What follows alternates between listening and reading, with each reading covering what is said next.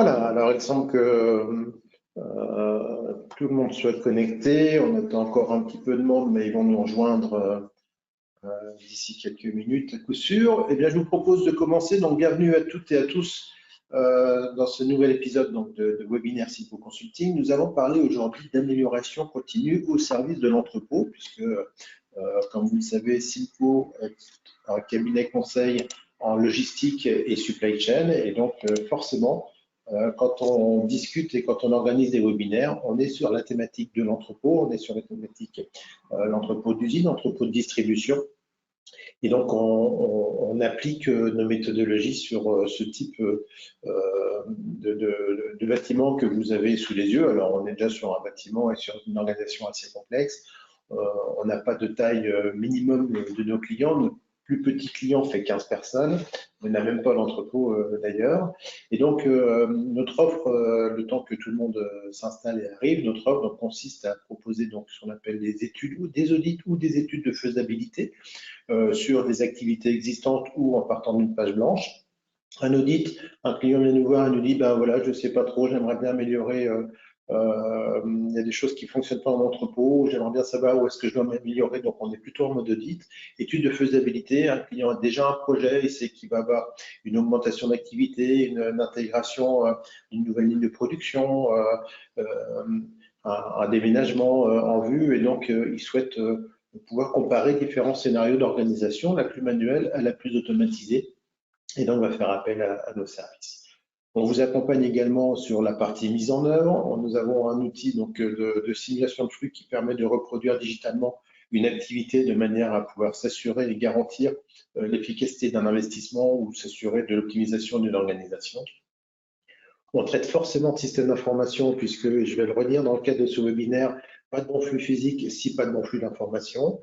On traite des projets d'externalisation pour le compte donc, de prestataires logistiques pour répondre à des appels d'offres, mais aussi on s'est accompagné des donneurs d'ordre pour aller réaliser tout le processus de rédaction de cahier des charges, de lancement d'appels d'offres, de gestion, etc., jusqu'à quasiment le contrat et la mise en place d'indicateurs, forcément sur donc pour choisir le bon prestataire logistique.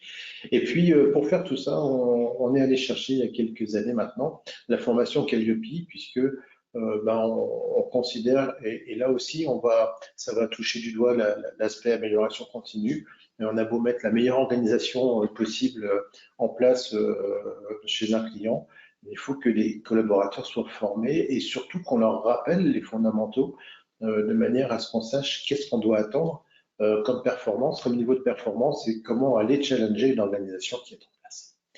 Je vous ai tout à l'heure, entrepôt d'usine, entrepôt de distribution sur des sites en place ou sur le départ de page blanche avec de la logistique tant traditionnelle qu'automatisée. Ici, on est plutôt sur l'intralogistique. Notre offre, puisqu'on est combiné conseil et de formation en logistique et supply chain, donc notre offre concerne également la supply chain avec tout ce qui va être analyse de processus. Là aussi, on va toucher dans l'amélioration continue cette notion d'analyse. Tout ce qui va être prévision de la demande, donc tout ce qui va être gestion de stock, niveau de stock cette fois, approvisionnement ou lancement. Là aussi, l'impact sur les ERP, les systèmes d'information. Et là aussi, donc une notion de formation. Et puis vous avez ici, voilà, le temps qu'il y ait encore quelques personnes qui se connectent, donc quelques-uns de nos clients, donc des plus gros aux plus petits, tout secteur d'activité, toute taille, qui nous emmène bien souvent dans des filiales également donc, à l'étranger. Et donc, ce soit donc des chargeurs, des industriels, l'agroalimentaire, l'industrie automobile, la cosmétique, pharmacie, et j'en passe évidemment, et des prestataires logistiques également, ainsi que donc des structures plus étatiques comme le Conseil de l'Europe, pour qui nous travaillons actuellement, le ministère des Armées, entre autres, l'Agence de développement économique de Bourgogne, l'AER, le Grand Chalon, entre autres. Le programme aujourd'hui, encore une fois, c'est un challenge de le tenir en 3/4 d'heure, c'est de parler de l'amélioration continue, et vous l'avez compris, donc au service de nos entreprises. Alors, un sommaire qui devient assez classique, hein, une mise en situation, le contexte, qu'est-ce qu'on attend finalement et pourquoi on va essayer de mettre ces outils en place dans nos entrepôts. Essayer de donner une définition et surtout une méthode, voilà, comment est-ce qu'on applique et qu'est-ce qu'on va aller chercher donc en termes d'amélioration continue. Et donc une partie théorique évidemment, et on va essayer à travers des exemples, qui est bien exploité son WMS, je vous le disais tout à l'heure, pas bon flux de physique, c'est pas bon flux d'information, et puis une application également sur des outils pour aller optimiser tout ce qui va être préparation de commandes avant de conclure ensemble sur le sujet du jour. Comme d'habitude, vous préparez vos questions et vous pouvez les saisir au fil de l'eau donc avec le chat l'outil chat. Et puis donc, je m'efforcerai d'y répondre en fin de session. Et si toutefois j'ai pas la réponse, je me permettrai de vous recontacter à l'issue du webinaire pour vous transmettre ces éléments de réponse. Comme d'habitude, à l'issue du webinaire, vous recevrez un lien pour disposer donc du support et du replay. Et puis, donc, vous aurez nos coordonnées à la fin du document également. Mais je pense que si vous êtes là aujourd'hui, c'est que vous avez déjà nos coordonnées. Alors, amélioration continue dans l'entrepôt.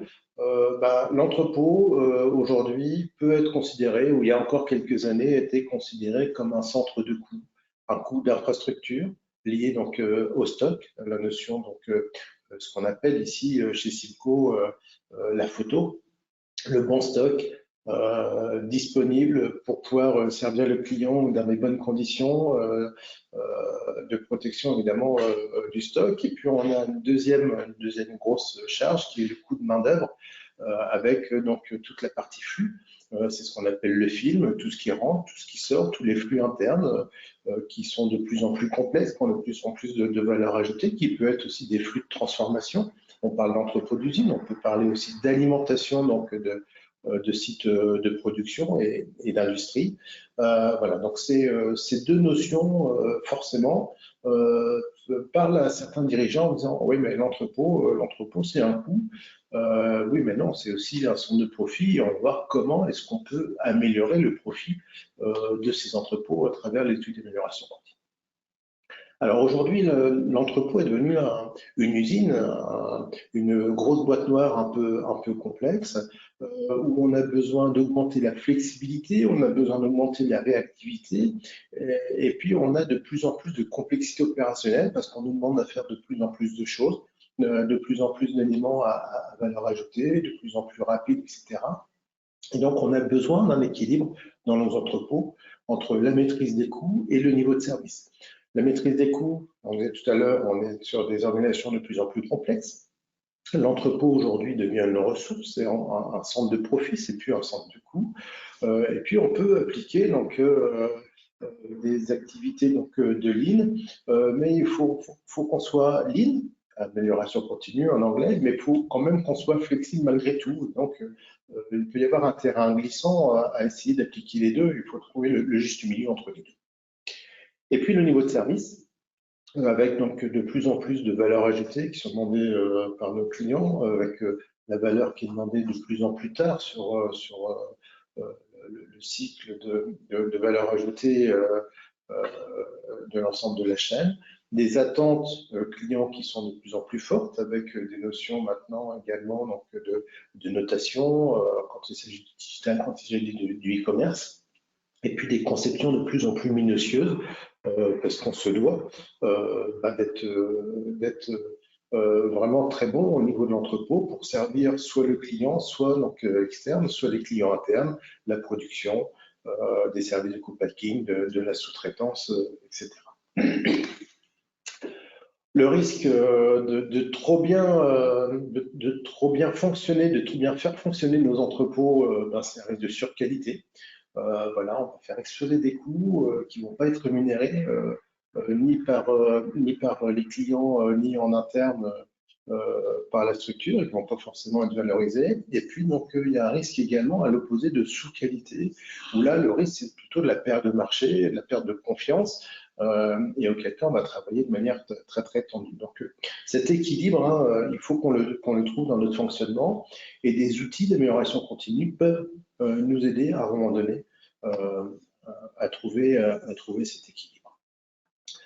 Pourquoi on doit améliorer nos entrepôts? Parce que si on interroge un panel de directeurs logistiques, ils nous répondent que la première cible pour eux, c'est d'augmenter la satisfaction des clients. La deuxième cible, c'est plutôt de réduire les coûts. Et la troisième va être de maximiser l'efficacité des investissements existants.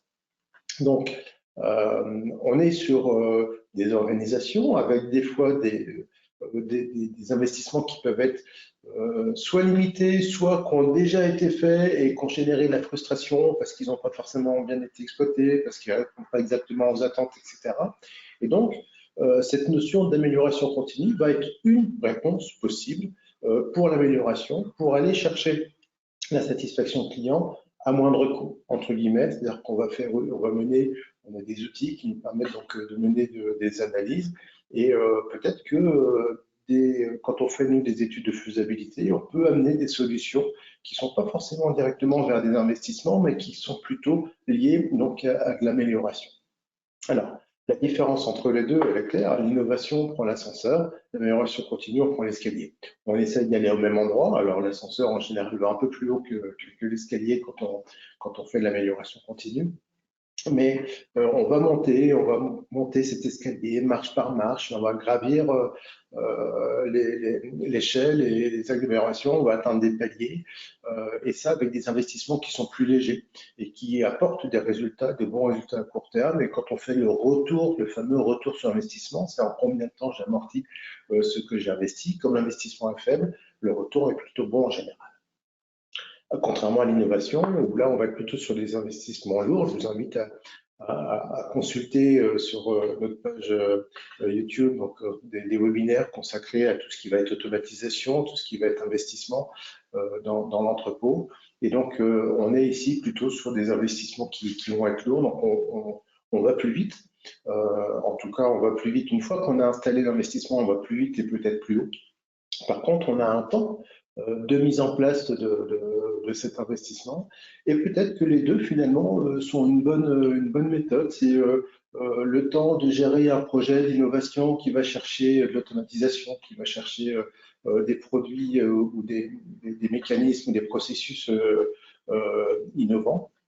Eh bien, on va pouvoir mettre en place des outils d'amélioration continue pour passer les paliers et ne pas être bloqué. Parce que si je me rends compte là maintenant que je suis bloqué et que je veux automatiser un flux, le résultat va arriver dans 18, 24 mois, c'est trop tard, je vais être bloqué avant, je vais être obligé d'externaliser une partie de mes flux, etc. Donc peut-être que cet outil d'amélioration continue peut rentrer dans une démarche d'innovation, mais pour l'instant, on va se contenter d'être sur cette amélioration continue. Et puis voilà, pour la petite histoire, entre l'ascenseur et l'escalier, on peut avoir ces escalators donc, qui nous permettent aussi de progresser avec un investissement intermédiaire. Si on avait à définir l'amélioration continue, alors en français, on parle d'amélioration continue, en anglais, on dit le lean manufacturing, lean warehousing en ce qui nous concerne. Alors ça fait peur de parler lean parce qu'on voit une batterie de consultants débarquer dans nos entrepôts, nous expliquer comment fonctionner, mettre des post-it partout sur des murs, mettre en place des plans d'action, des grilles de suivi, organiser des routines. Donc le terme lean fait peur. On parle d'amélioration continue, on dit ok, on va s'améliorer de manière continue. Et c'est une philosophie, c'est un processus que je vous invite à mettre en place dans vos exploitations. L'idée, c'est vraiment d'avoir une méthode qui vise en permanence à améliorer les processus au sein et les services au sein d'une organisation. C'est-à-dire que on pense avoir les meilleures pratiques, et puis quand on creuse un petit peu, on dit tiens, on pourrait s'améliorer ici, on pourrait s'améliorer là, on pourrait peut-être faire quelque chose ici. Et donc l'idée, c'est de commencer par une analyse, une observation, une photo. On prend une photo de l'existant. Alors évidemment, un des prérequis, c'est de maîtriser ces processus, c'est de les connaître, et c'est aussi d'identifier les besoins. On peut avoir des pratiques aujourd'hui dans un entrepôt est-ce qu'ils correspondent aux besoins? Est-ce qu'ils sont surdimensionnés par rapport aux besoins, sous-dimensionnés? Est-ce qu'il y a des tâches sans valeur ajoutée qu'on réalise pour aller dans le cadre de ce processus pour répondre à nos besoins? Ça, c'est des questions qu'on va se poser, mais pour ça, il faut qu'on analyse, qu'on observe, qu'on mette en place une cartographie, et on va prendre quelques exemples justement d'analyse d'observation.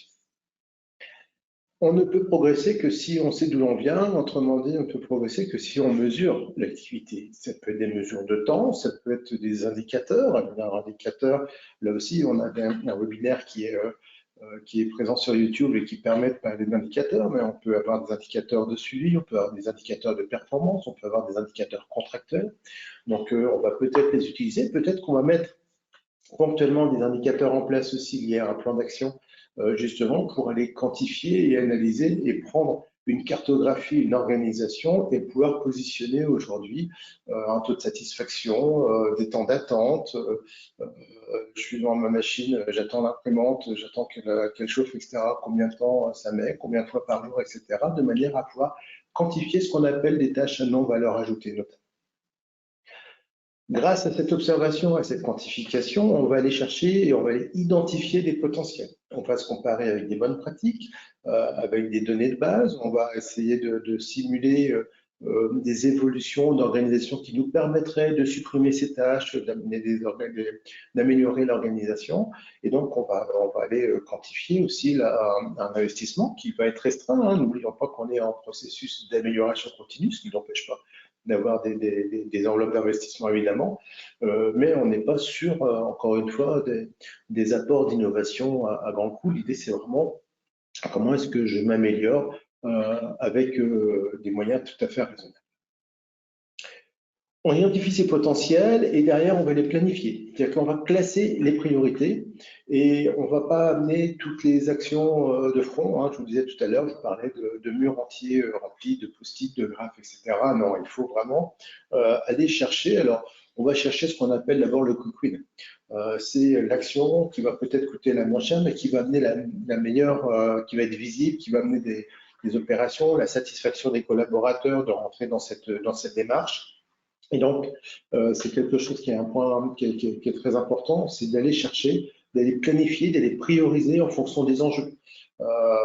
On est toujours à la recherche de la tangente, hein, c'est-à-dire que c'est la loi de Pareto dans nos articles, les 80-20, 80% du business qu'on fait avec 20% de nos produits. Mais si on n'est pas 80% des autres produits, ben, peut-être qu'on ne vendrait pas ces 80% de chiffre d'affaires. Donc, on va en général avoir des grands pas d'amélioration et puis petit à petit on va resserrer et puis petit à petit on va atteindre une tangente et ça va devenir de plus en plus difficile d'aller chercher l'amélioration. Et pourtant, on recommence le cycle, on analyse, on observe et on va continuer à s'améliorer petit à petit.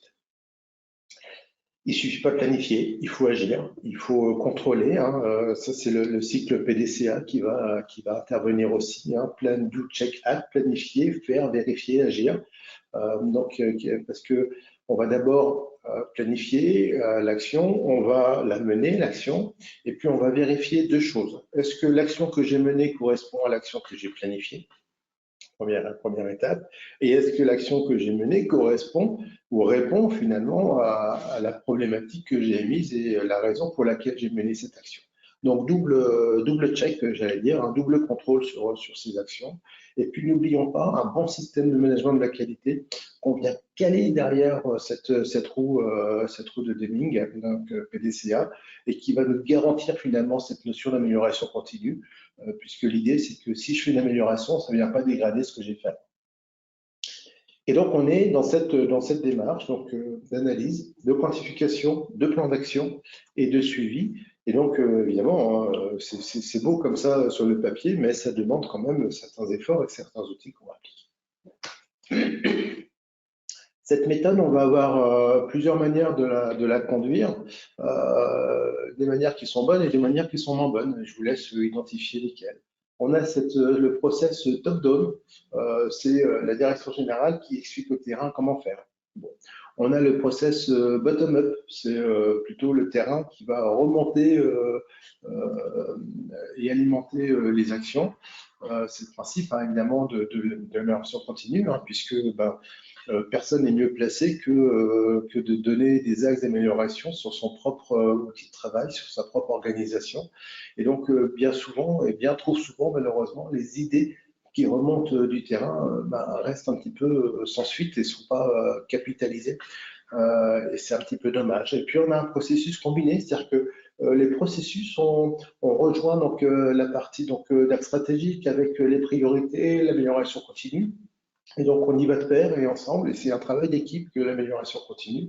Et donc, voilà, sans donner mon avis, sans vous influencer, je pense que c'est une bonne chose que d'avoir cet équilibre entre donc, le top-down et le bottom. Et encore une fois, l'idée, c'est ce qu'on appelle le Scrum en termes de programmation. C'est au lieu de prendre un gros sujet, une grosse action qui va en impliquer plein d'autres, et bien on va faire des petits bouts d'action les uns derrière les autres qui vont faire progresser. Encore une fois, cette cale qui va nous permettre d'éviter de rétrograder et donc d'avoir ce qu'on appelle les régressions hein, quand on fait des aménagements ou des évolutions de systèmes d'information. On va faire ce qu'on appelle les tests de non-régression pour vérifier que les développements, les mises en place qu'on avait fait avant sur des éditions de BL, sur du paramétrage d'outils, que la nouvelle version ne vienne pas écraser ce qu'on avait fait. Et bien, c'est complètement ça. Ici, on va faire des petites étapes, les unes derrière les autres, qui vont nous permettre d'avancer progressivement. Et le fait de réduire ces pas de progrès va nous permettre aussi, si ça ne marche pas, de savoir identifier clairement où est-ce que ça ne marche pas parce que j'ai mené une action et j'en ai pas mené 10 et laquelle des 10 a pu perturber finalement l'action principale que je voulais mener. Voilà. Donc l'idée, c'est vraiment de réduire finalement ces petits pas d'action. Si on applique donc à l'entrepôt, hein, toujours cette notion d'amélioration continue et qu'on regarde la méthodologie, on va avoir 5 étapes et 5 critères finalement qui vont être concernés par notre démarche. Le premier, c'est de définir cette valeur, identifier la valeur. J'ai toujours un client interne, client externe, mais j'ai toujours un client. Qu'est-ce que le client est prêt à payer et pourquoi il est prêt à payer? Quelle valeur il va me donner? Parce que si je mets des tasses en porcelaine dans une machine à café ou si je mets des gobelets en carton, pourquoi le client paye? Pour boire un café, ok, d'accord. Si on ajoute ici un enjeu RSE, ça peut peut-être faire inverser la tendance et le résultat. Mais en tout cas, c'est qu'est-ce que le client est prêt à payer dans sa valeur quand je fais un prix, quand je détermine dans un budget que l'activité logistique de telle usine, de telle entreprise vaut tant de milliers, millions d'euros, centaines de milliers d'euros. Voilà, écoutez, voilà ce que ça vaut et voilà ce pourquoi donc, le client est prêt à payer. Ensuite, on va identifier ce qu'on appelle le flux de valeur. Le flux, c'est l'ensemble d'activités qui sont menées sur les entrées pour donner un produit, service au client. Flux physique, flux d'information. C'est ce que j'apporte, c'est la chaîne de valeur. Qu'est-ce que j'apporte moi comme valeur dans mon environnement? Encore une fois, on va considérer que l'entrepôt est un centre de profit et n'est plus un centre de coût. Tout au moins, il va être un centre de service. Ensuite, l'idée, c'est d'aller supprimer les gaspillages, donc de faciliter les flux, donc identifier tout ce qu'on fait et qui n'est pas nécessaire. Est-ce que j'ai trop de déchets?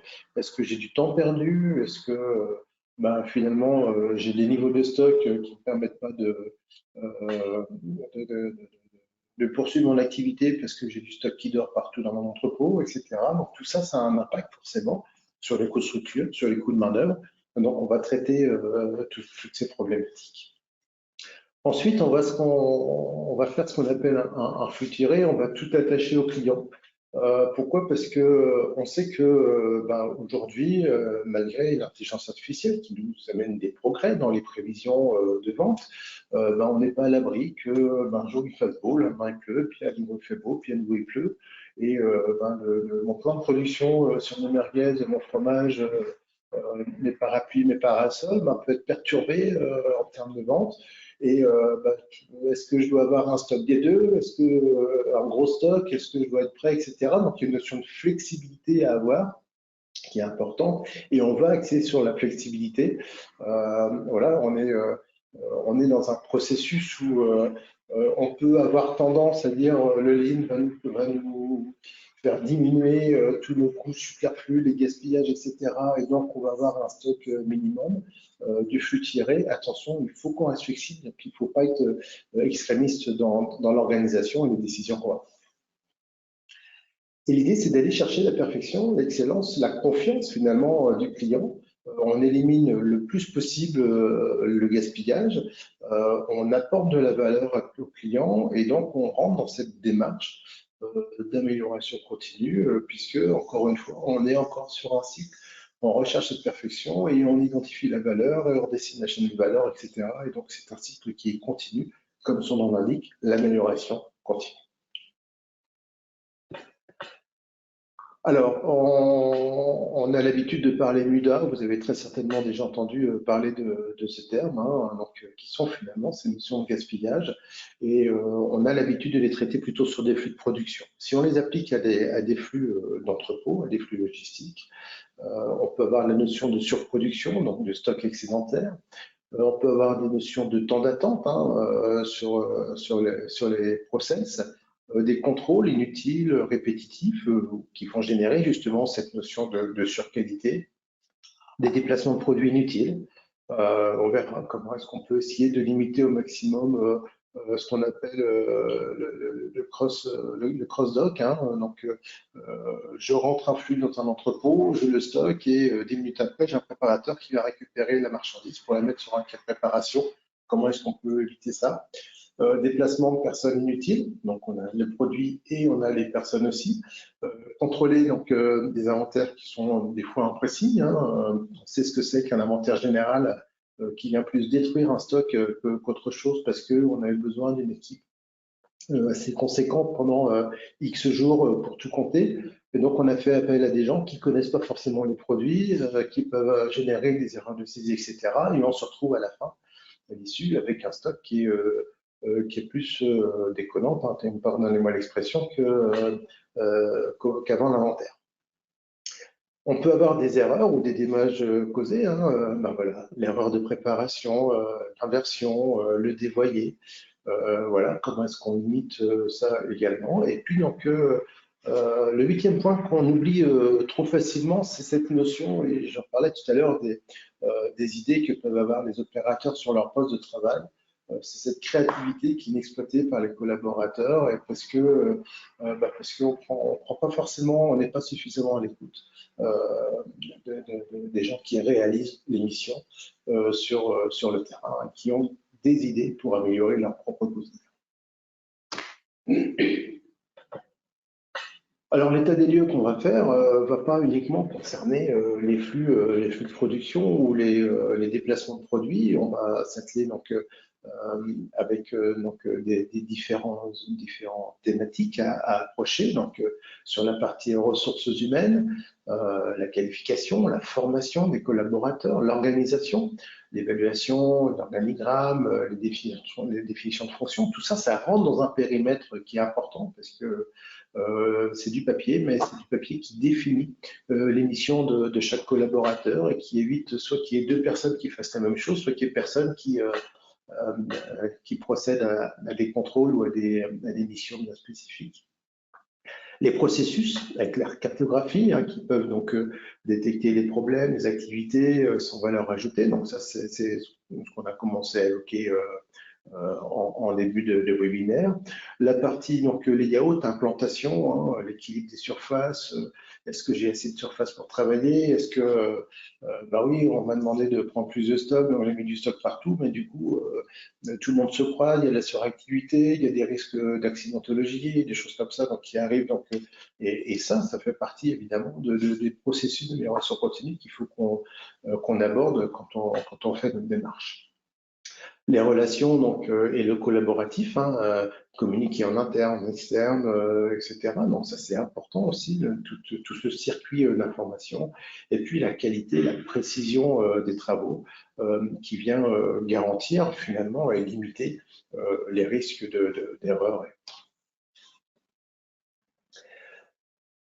La première valeur ajoutée d'un entrepôt reste la main-d'œuvre. On a beau, quand même, on va automatiser certains flux, on est toujours sur des flux qui sont concernés par de la main-d'œuvre. Et donc, si on reprend un peu le plan qui a été évoqué tout à l'heure, il faut avoir une clarté des tâches, des responsabilités, les procédures de travail, les formations, donc l'implication dans cette démarche d'amélioration continue, les systèmes de récompense. Alors, je ne vais pas faire l'ingérence dans vos organisations, mais c'est quelque chose qui est aussi capital. Et quand on parle donc de main-d'œuvre, pourquoi on en parle? Parce qu'aujourd'hui, on se rend compte qu'on est quasiment à 75% des coûts d'un entrepôt qui sont concernés par les opérations de réception et de préparation de commandes. Ça veut dire que ces deux gros postes-là, préparation de commande, on va prendre l'exemple en fin de webinaire tout à l'heure, préparation de commande, réception, sont des coûts qui occupent le plus de personnes dans nos entrepôts. Et donc, ce sont, quand on parle de priorisation d'action, c'est peut-être des choses qu'il faut qu'on cible, parce que préparation, c'est la productivité, c'est des risques d'erreur de préparation, c'est des risques de casse. Et donc, on va forcément s'atteler à cette section de l'entreprise. Une autre valeur et un autre outil qui va permettre d'aller justement mener cette opération donc d'amélioration continue, c'est vraiment la cartographie des flux pour aller identifier ce qu'on fait sans valeur. La non-valeur ajoutée dans une organisation qui est parfois transparente, hein, mais c'est quelque chose qui est capital. On va voir tout à l'heure, on va parler de prise de temps, de chronométrage et autres. Aujourd'hui, on peut avoir des tâches qui sont sans valeur ou qui génèrent des temps d'attente, des attentes de chargement, des attentes de documents, des attentes liées à des systèmes d'information, etc. Et donc, on va aller chercher donc différentes cartographies et puis identifier quelles sont les tâches justement qui n'ont pas de valeur ajoutée. On va comparer l'organisation, on va indiquer de manière très précise sur un logigramme, sur un organigramme, quelles sont les tâches, quels sont les cas où, enfin, dans quel pourcentage ça va bien, dans quel pourcentage ça va pas bien, et analyser pourquoi ça va pas bien. Arbre des causes, etc. Quel impact, comment est-ce qu'on peut faire. J'ai souvenir en début de carrière d'une responsable d'exploitation qui, tous les matins, pointait donc des documents donc, de préparation par rapport à ce qui était affiché sur l'écran. Quand je lui ai demandé s'il y avait souvent des erreurs, elle me disait non, j'en ai jamais trouvé. Malgré tout, elle continue à faire son contrôle et de l'autre côté de la porte sur le quai, il y avait 15 préparateurs qui attendaient les documents de préparation pour commencer leur journée. Et donc ça, typiquement, c'est du gaspillage, c'est de la surqualité et c'est quelque chose qui aurait permis de gagner plus ou moins un opérateur facilement sur la journée. Et donc ça fait partie des choses qu'on doit pouvoir identifier quand on fait une démarche d'amélioration. Donc on découpe des activités et on prend des temps avec valeur ajoutée, sans valeur ajoutée, on va bien les distinguer. Voilà, par rapport à un processus, détection d'erreurs, même l'erreur interne. Hein, pourquoi on a fait l'erreur interne? C'est pas grave, de toute façon, on identifie avant que la marchandise parte en expédition. Ben non, parce qu'on aura eu un traitement justement avant où on aura repris une palette, remis les produits en stock, aller chercher les autres, essayer d'expliquer, etc. Donc tout ça, il faut qu'on puisse, avec ces outils d'analyse, identifier là où on peut gagner en temps, en pourcentage d'anomalie, et puis donc ce cumul de temps sans valeur ajoutée qui, là aussi, peut présenter un coût d'entrepôt. Aujourd'hui, si on va chercher l'automatisation d'entrepôt, c'est qu'on a du mal à recruter, c'est qu'on a une pénurie de collaborateurs. Donc, essayons d'être efficient avec nos collaborateurs, d'être le plus efficace possible et d'améliorer la productivité de manière à pouvoir éviter aussi de faire appel à trop de ressources. Et donc, ce système de VSM, de schéma des flux, va nous permettre petit à petit de transformer et de dire, voilà, j'ai des temps sur un cycle logistique, sur un cycle supply chain, au sein d'un entrepôt, au sein d'une organisation multi-entrepôt. Qu'est-ce que je peux gagner en termes de temps, en termes de lead time, etc. Ces temps, cette productivité, ces lead time, ben voilà, c'est vraiment cette notion d'identification, de mesure pour mieux se connaître et pour mieux s'améliorer. Disposer d'une base de comparaison pour quantifier, pour se comparer, pour voir où est-ce qu'on progresse, où est-ce qu'on s'aggrave par rapport aux décisions qu'on a pu prendre et au contrôle. Contrôler, améliorer l'efficacité des ressources employées, améliorer la qualité du service, donc contrôler les coûts, fixer les objectifs, tout ça, évidemment, c'est quelque chose qui va qui va être nécessaire. Hein. On va mesurer des temps, on va mesurer des indicateurs, de l'efficacité, etc. On va regarder, on va travailler derrière sur la productivité, les méthodes, l'ergonomie du travail, les systèmes de récompense, la manière dont on vient valider une opération sur le quai, sur un terrain.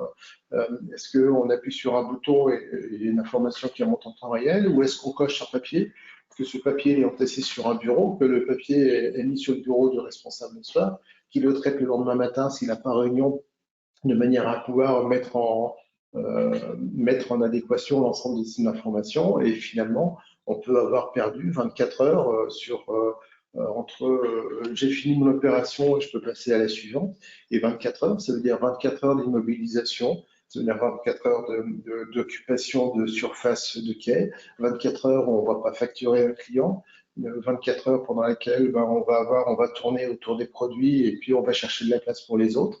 Et donc tout ça, c'est des petites choses, mais qui sont importantes et sur lesquelles on doit pouvoir calculer l'impact d'une efficacité, d'un bénéfice si on supprime ces tâches-là. On a ici, par exemple, basé sur les statistiques, hein, des notions de productivité en ligne par heure en fonction d'un nombre de lignes et de commandes. Donc, on sait qu'entre 1 et 6 lignes de commandes, on va en traiter 16 à l'heure. Entre 6 et 15, 28 à l'heure. Entre 16 et 30 lignes par commande, on va traiter 40 à l'heure. Entre 31 et 45, 49 lignes à l'heure, etc. Donc, on a un cycle ici qui est progressif et donc avec une jolie équation qu'on voit ici. Mais ça veut dire quoi? Ça veut dire qu'on se doit de respecter ces notions de productivité, qu'on doit être dans les clous par rapport à ça. Et ce qu'on voit aussi et ce qu'on constate souvent, c'est que quand on a des gros niveaux d'activité, tout le monde se donne à fond et on avance et on atteint nos objectifs. Et puis finalement, quand on a une réduction d'activité, on y va un peu plus cool et puis finalement on a une moins bonne productivité et puis on a plus d'erreurs de préparation et ça malheureusement c'est des choses qui arrivent et qu'on constate sur notre terrain. Et donc on va analyser, on va quantifier, on va mesurer ces notions de productivité et derrière on va établir dans ce qu'on appelle des productivités standards et on va essayer d'aller analyser des écarts par rapport à ces activités standards en disant qu'est-ce que je fais qui est productif, valeur ajoutée, qu'est-ce que fait qui est non productif, donc non valeur ajoutée. Le prélèvement, les voyages, la vérification de la commande, la prise en charge de la commande, etc. Tout ça, c'est des actions qui sont productives. Je perds du temps parce que j'ai la coactivité, parce que j'ai des manquants, parce que j'ai pas de chariot. Non, il a pris pour la réception. Voilà, qu'est-ce que je fais?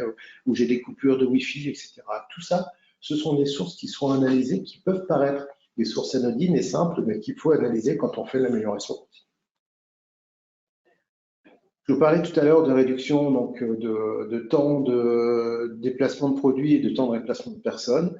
Eh bien aujourd'hui, si on peut avoir une information sur un quai qui dit que la marchandise que je suis en train de réceptionner est concernée ou va être concernée par une préparation pour tel client ou qu'elle est déjà attendue parce qu'elle était en rupture, etc. Eh bien, si on peut transmettre cette information en réception, ça veut dire qu'on met directement le produit sur le quai de préparation ou dans une zone clairement identifiée. Et donc, on fait des économies de temps, de surface, et puis donc, on amène de l'efficacité, de la productivité à nos collaborateurs. Et donc, on a des outils, des instruments qui nous permettent d'identifier les cartographies, les diagrammes de Pareto, les classes ABC, les classes de rotation, hein, l'analyse de la cartographie, de ce qu'on appelle le front to chart. J'analyse tous les flux de leur point de départ jusqu'à leur point d'arrivée, je les quantifie et puis je regarde. Et donc tout ça, il faut qu'on puisse aller chercher l'optimisation de manière à pouvoir respecter les temps, la préparation à l'heure où le camion arrive, etc. Et avoir quelque chose des systèmes donc, les plus homogènes possibles en termes d'organisation. Et donc, on a tout un tas d'outils, dont certains sont présentés ici. Donc, voilà, le diagramme de flux, le fameux from-to, avec des postes voilà, de pesée, d'échantillonnage, etc., avec donc une partie donc, de croisement de flux, avec une partie de classe de diagramme de Pareto, etc. Donc, tout ça sont des outils qu'on va utiliser pour analyser et pour en partant d'un existant, hein, ici ce sont bien des concepts existants, dire bah, qu'est-ce qu'on fait demain pour éviter et pour limiter tous ces croisements de flux, pour limiter toutes ces coactivités et pour être le plus efficace possible.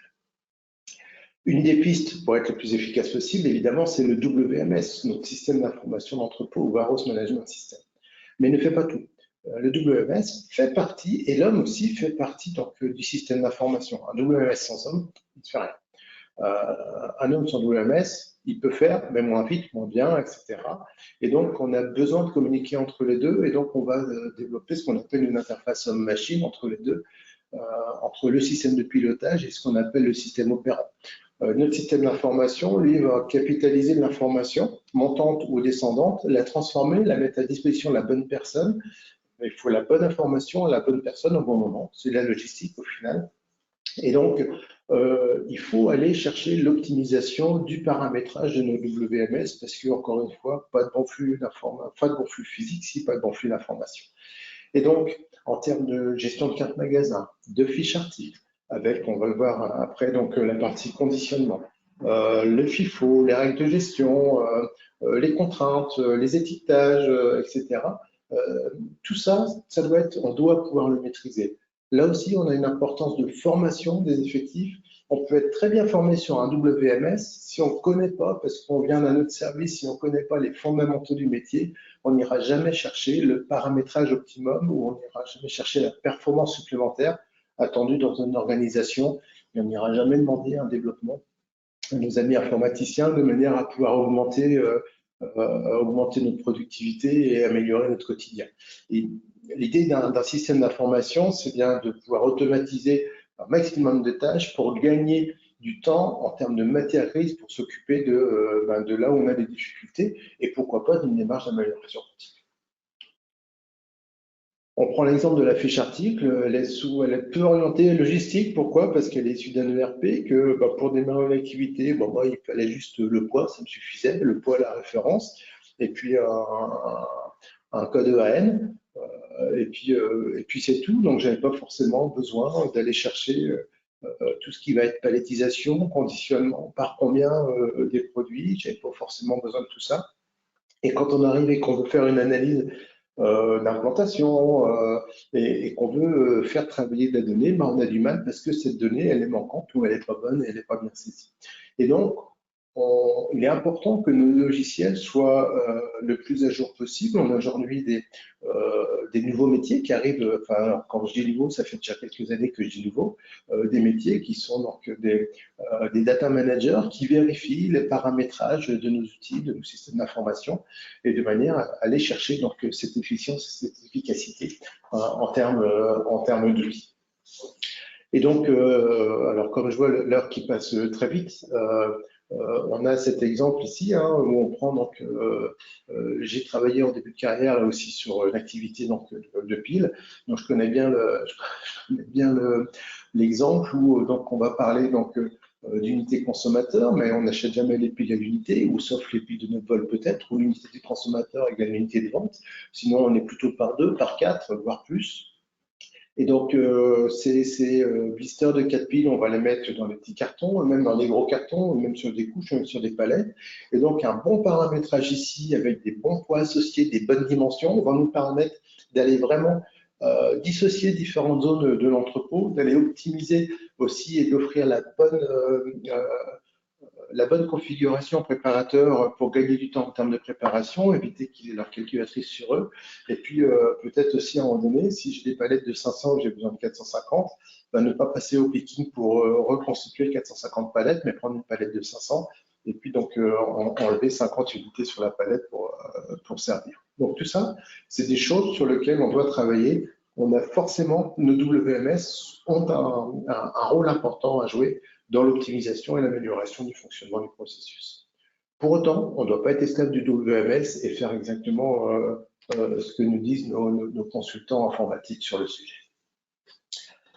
Et donc, si on a de la bonne database, une bonne bibliothèque de données qui est fiable et qui est complète, en plus, on va pouvoir aller échanger, alimenter l'information ou intégrer l'information avec des outils de l'industrie 4.0 ou avec différentes briques d'informations complémentaires à notre WMS sur la gestion des quais, sur la gestion de palettisation et d'autres API qui peuvent aujourd'hui arriver en nombre et qui amènent de l'efficacité dans nos organisations.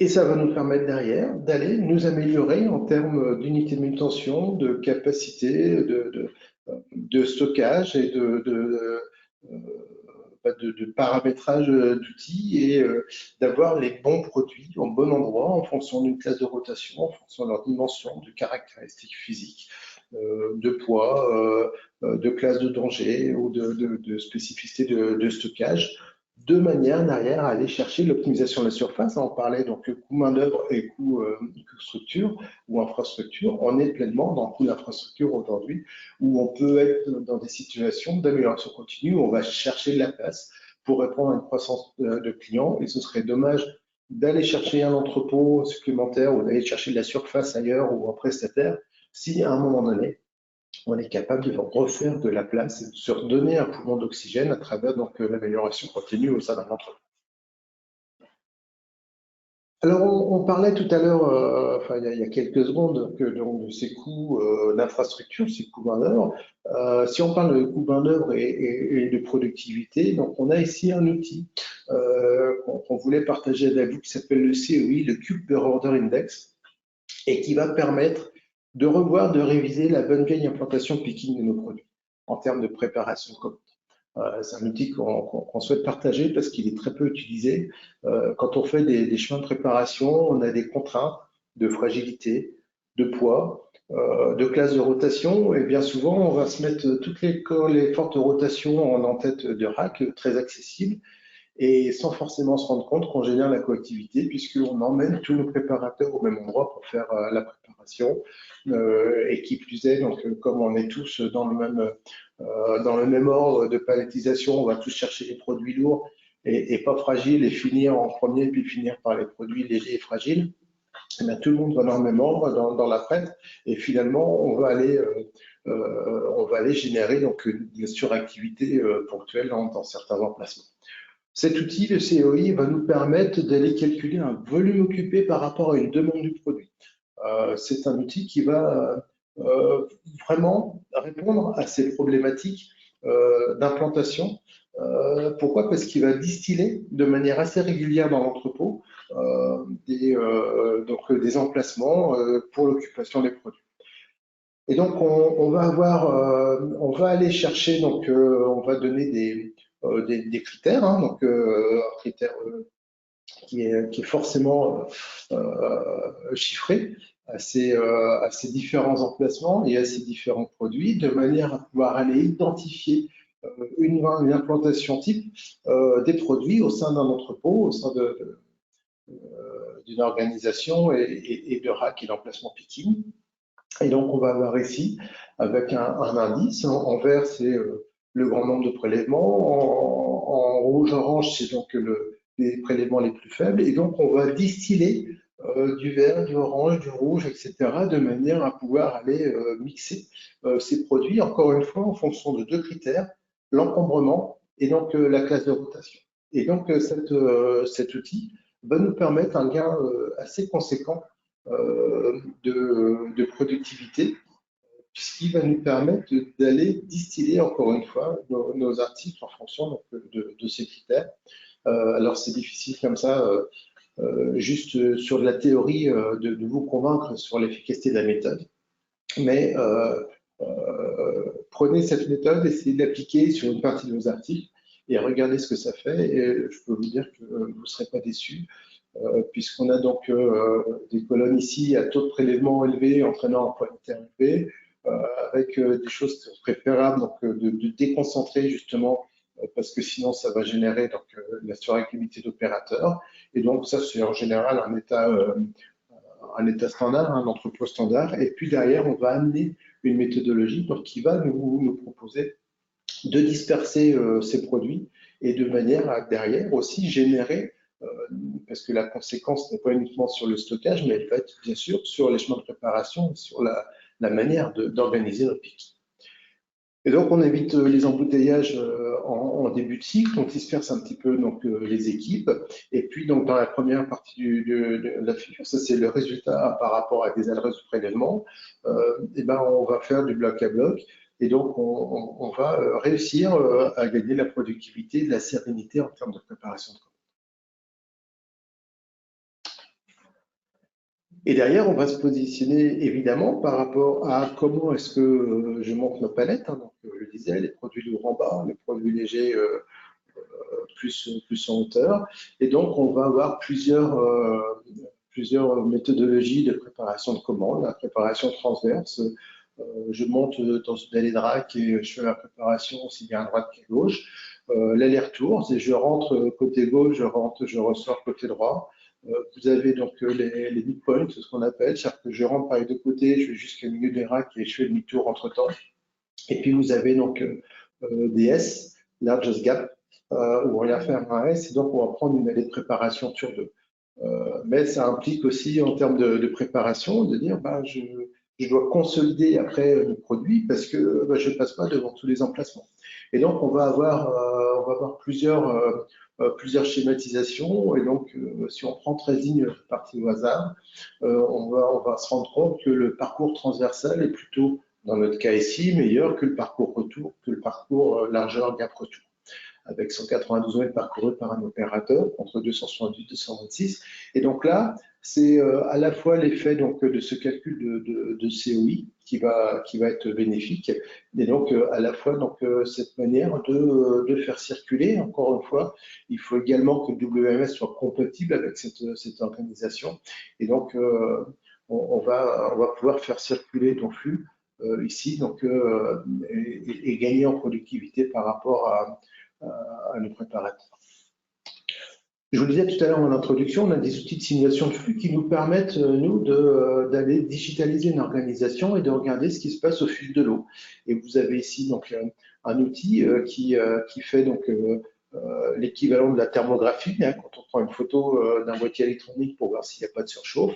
Eh bien, au fil de l'avancée de la journée, on voit si nos préparateurs sont plutôt isolé entre guillemets, hein, donc on est plutôt sur des points verts, ou si au contraire il y a une surcharge d'opérateurs sur la journée, et ici on voit que on a une implantation qui génère une surcharge dans la première allée, là-bas tout au fond, et il y a quelques points rouges qu'il faudrait qu'on traite, et puis il y a des points sur lesquels on ne va jamais. Et donc cet outil nous permet aussi de faire des simulations sur des préparateurs, et donc de lancer des schémas d'organisation et de rendement et de préparation picking, de rendement picking, donc de pouvoir ici à l'issue à la fois vérifier s'il n'y a pas eu de coactivité dans la journée. C'est un outil qui va générer aussi, qui va calculer des temps liés donc justement à cette suractivité, des temps d'attente. J'ai deux préparateurs qui sont devant un picking, le premier est en train de prélever, le deuxième attend, le troisième, le quatrième attendent derrière, et pendant ce temps-là, pour rien, parce qu'ils doivent aller respecter un schéma de préparation bien spécifique. Et donc, cet outil nous permet vraiment, sans déranger les collaborateurs, sans déranger, sans faire des modifications de picking tous les matins ou sans sortir la caisse à outils, d'aller vérifier qu'on va mettre en place, on va implanter sur la base d'une journée type, donc la meilleure implantation possible qui va être efficiente. Donc, réduire les risques d'accidentologie et puis donc améliorer la productivité de nos opérations. Et donc, pour améliorer cette productivité, donc, des outils donc, tels que le COI, de l'amélioration de l'affichage, hein, c'est quelque chose qui est important. Est-ce qu'on est sûr, quand on est devant un produit, d'ouvrir un colis pour prendre une boîte à l'intérieur, ou est-ce qu'on prend tout le colis, donc qui peut générer des erreurs, des anomalies, etc. Le type de chemin de picking, tout ça, c'est des outils qui vont nous permettre de gagner du temps, la synchronisation de l'approvisionnement, l'anticipation, le prélèvement par vague, ou au contraire, donc, tout ce qui va être pick and pack ou la mise en place de murs de préparation, par exemple, qui sont des investissements qui ne sont pas excessifs aujourd'hui, avec ce qu'on appelle le pick to light ou le pick to light. Voilà, donc tout ça, c'est des outils qui peuvent venir améliorer de manière assez considérable à la fois la productivité et à la fois la qualité de la préparation des commandes. Et puis donc d'autres avantages, donc les trajets plus courts, l'amélioration de l'ergonomie, gestes de posture, de la productivité, tout ça, ce sont des éléments qui rentrent forcément en compte dans les outils d'amélioration continue. Et si on est sur les gestes de posture, il y a des choses aujourd'hui qui sont intéressantes puisqu'on peut aller chercher aussi des aides de la part des institutions pour amener des améliorations de conditions de travail dans nos entrepôts. Et c'est quelque chose qui est non négligeable quand on parle d'amélioration continue, donc à moindre coût pour mettre en place des axes de progrès dans nos entrepôts. Voilà, alors j'aurais bien passé l'après-midi à vous donner des exemples, mais on arrive à la fin déjà de l'heure de ce webinaire. On est donc, on est forcément sur une méthodologie qu'il faut appliquer, sur laquelle il faut s'entraîner, sur laquelle on doit avoir des réflexes, puisqu'encore une fois, on parle d'amélioration continue, donc en permanence, progression en permanence. Donc, il faut une méthodologie, il faut s'accorder du temps pour le faire, puisque quand on a le temps guidon, c'est difficile de prendre le temps de mener cette méthode. Il faut qu'on prenne du recul, parce que c'est difficile aussi de remettre en cause un processus. On l'a toujours fait comme ça, donc pourquoi est-ce qu'on ferait autrement? Puis je vois vraiment pas comment je pourrais faire autrement. Un apport d'expérience, donc il faut vraiment emmener cette équipe d'amélioration continue, et je ne saurais trop que vous conseiller que de faire appel à un cabinet comme Simco pour vous aider à mettre en place cette démarche, évidemment. Voilà, donc en tout cas, n'hésitez pas, si vous avez des questions, des projets, des interrogations, des besoins de renseignements complémentaires par rapport à tout ce que j'ai pu échanger avec vous, eh bien, consultez-nous, appelez-nous, échangeons par mail, par téléphone, par visio, on peut venir vous voir, ça n'engage strictement à rien et on vous donnera un avis sur ce qu'on peut faire ou pas donc, dans le cadre de vos projets et de vos activités. Voilà, on arrive à la fin de ce webinaire. Vous avez mes coordonnées ici. Donc, moi, je suis Benoît et j'ai donc la responsabilité donc, des activités Simco sur le territoire français et les pays limitrophes. Donc, n'hésitez pas à nous contacter. Et puis, peut-être, comme on l'a dit en tout début de ce webinaire, peut-être que vous avez des questions. Et donc, je vais me permettre d'aller consulter le chat.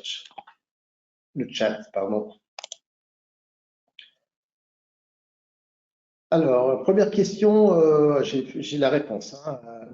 Allez-vous partager vos documents? Oui, c'est ce qu'on a dit effectivement en introduction du document. Donc oui, bien sûr, on partage le document. Vous aurez un lien donc, à l'issue du webinaire, à la fois pour récupérer donc, le PDF sur la présentation, et à la fois si ça vous intéresse d'avoir un replay sur la chaîne YouTube de Simco pour consulter le document.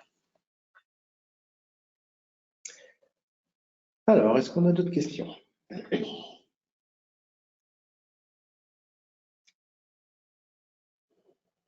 Le temps de cliquer.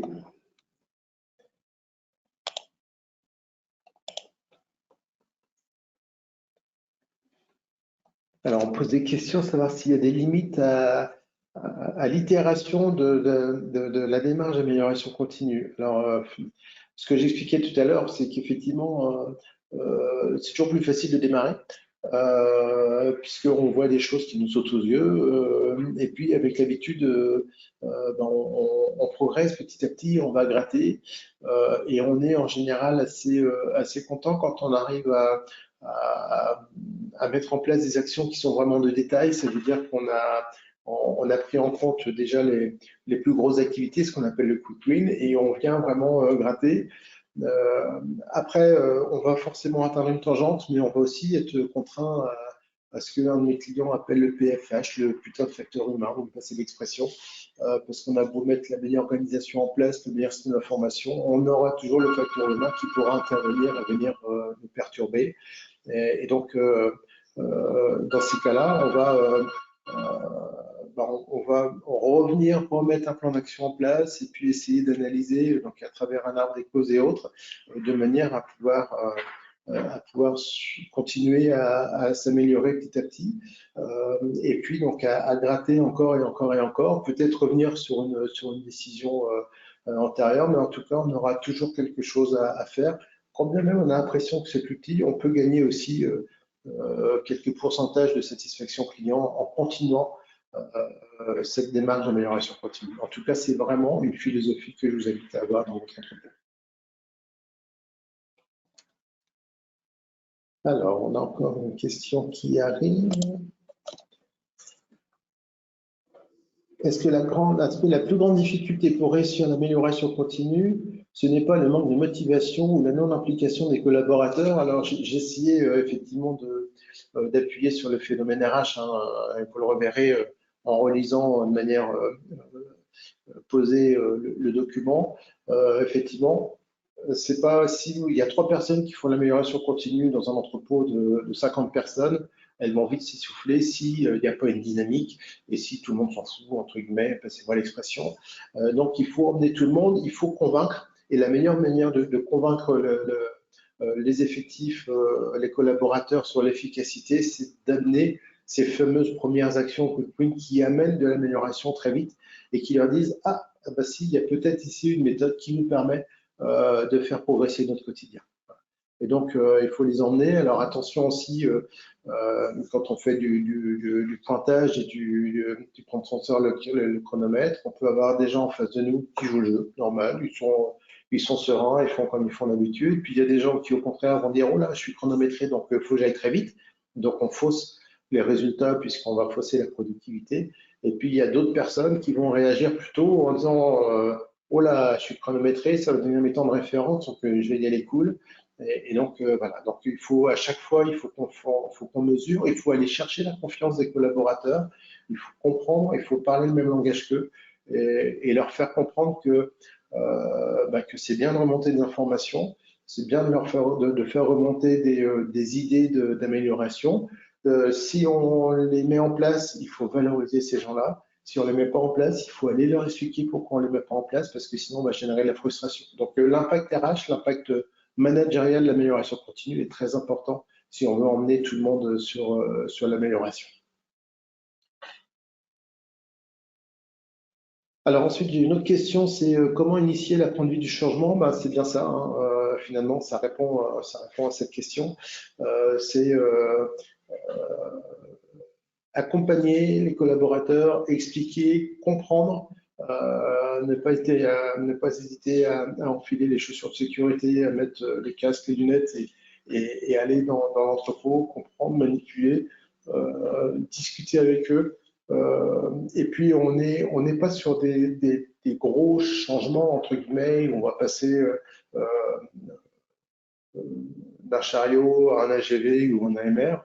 On est sur du changement, alors encore que on peut avoir des systèmes automatisés qui sont abordables aussi maintenant, mais on va plutôt être sur du changement sur la prise de conscience finalement de la valeur qu'on peut avoir à mener nos opérations au sein d'une organisation. Et donc, avec un principe j'explique bien ce qui se passe en amont de mon poste, j'explique ce qui se passe en aval de mon poste, je comprends les conséquences, je peux comprendre pourquoi quand je reçois des produits, il peut y avoir des anomalies, je peux comprendre l'impact de mes anomalies sur la suite. Quand on est dans un entrepôt où on a une équipe qui fait uniquement la réception du rangement et puis une équipe qui fait uniquement du prélèvement en rack, par exemple, pour alimenter des pickings, si les deux ne discutent pas, à la limite, la réception, ils peuvent mettre les palettes n'importe où, ils s'en fichent. parce que c'est pas eux qui iront les rechercher derrière. Donc tout ça, c'est des choses sur lesquelles il faut travailler, il faut emmener les collaborateurs, discuter avec eux, de manière à pouvoir aller chercher l'adhésion. C'est très très important, hein. Le changement, on ne l'impose pas, le changement, on l'explique et on l'accompagne. Voilà, alors c'est évidemment sur ces bonnes grandes paroles que je vais vous laisser, puisqu'a priori, il n'y a pas de questions. N'hésitez pas, mes coordonnées sont à l'écran, une adresse mail, une adresse, consultez le site web de Simco également pour en savoir plus sur nous. Et puis, n'hésitez pas si vous avez quoi que ce soit, des projets, des envies, des ambitions, simple envie de partager et d'avoir un feedback par rapport à ce webinaire, n'hésitez pas. Merci pour votre participation. Au plaisir de vous avoir sur un autre webinaire ou avant d'ici là. À très bientôt. Au revoir.